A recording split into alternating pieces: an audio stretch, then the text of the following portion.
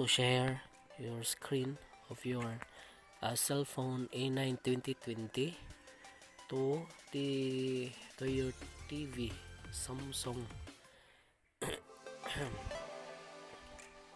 So first, dapat mayroon kang ganito. So dapat mayroon kang ganito. So ito po yung Anycast. Ito po yung Anycast na mabibili po natin to sa Shopee or sa Lazada. So kailangan meron ka nito. Okay, ito. Pangalawa, dapat mayroon tayong battery pack. Kasi dito natin sasaksak itong ating Screencast. Itong ating Anycast.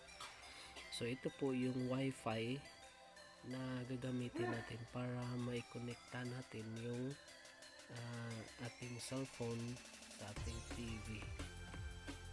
So panoorin natin. Okay, so una isasaksak ko itong aking Anycast. Naka HDMI po siya, so ito po yung isasaksak natin doon sa likod ng ating TV.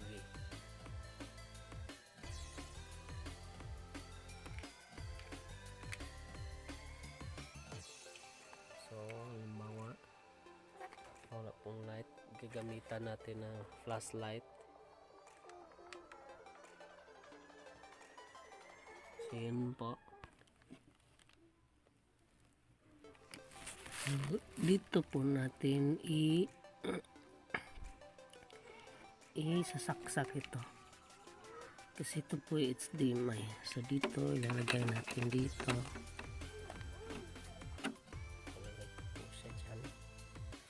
Then ito naman ay isasaksak natin ito yung battery bank para po gagana itong ating Anycast. Ayan po, meron po siyang USB port. So dito natin isasaksak.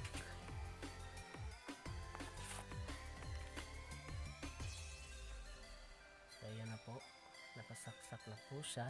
So ayan po natin, yung nakapundi po yan kasali.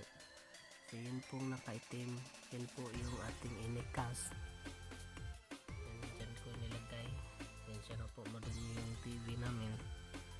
Okay, so ito lang dyan. Okay, sunod natin gagawin is punta tayo sa settings ng ating television. Okay, hanapin mo yung menu. Hanapin mo yung menu na yung remote. Okay, ito po yung menu. Yun po, menu na po siya.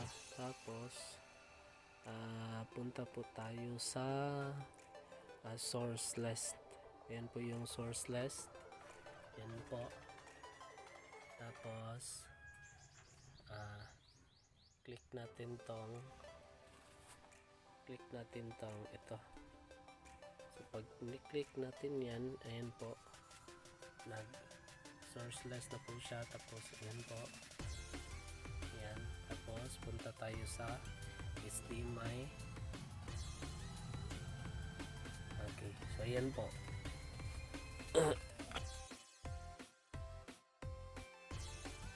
So ngayon, ang nakalagay dyan sa taas yung pangalan ng ating Anycast. So Cool Bid if A69. So yan po yung kanyang IP address, 192.168.59.1. So ngayon, waiting for connection na po siya. So yan po, may kita natin yung ating screen. Meron po siyang simbolo ng ating television. Ganito po yung pagkasaksak. So ito po yung Anycast. Ito po yung ating para sa battery. Yan po siya. Now ngayon, punta po tayo sa aking screen. punta po tayo sa aking screen. Ipakita ko kung paano ko i-connect itong aking TV. So pagkatapos na i-on natin or na-set natin yung ating TV, ito naman natin gagawin. Punta po tayo sa ating cellphone, sa ating Oppo A92020. Ganito po. Then on po natin itong Wi-Fi. Yun po. Puntahan po natin.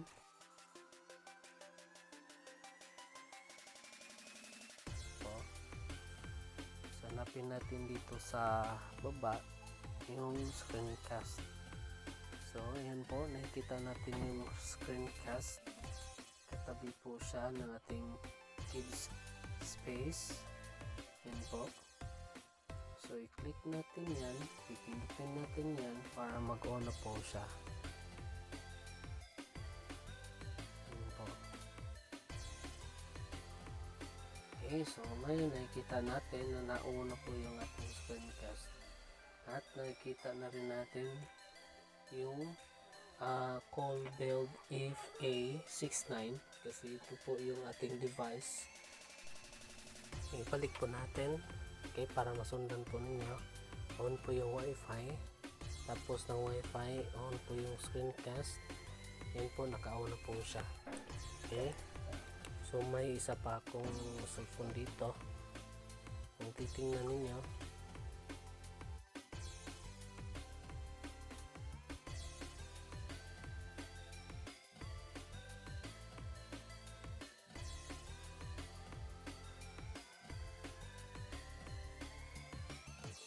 yan po, naka-waiting for connection na po itong aking TV.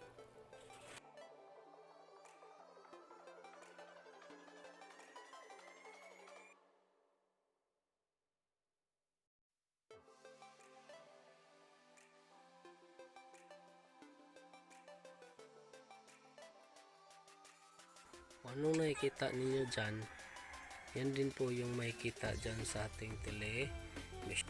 Kung ano yung gagawin mo sa iyong cellphone, yun din ang makikita sa ating TV. So, yun po siya.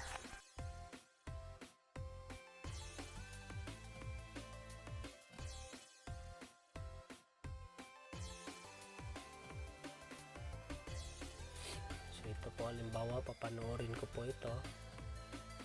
So papanoorin ko lamang po ito, hindi po ito ano po, sample lamang to.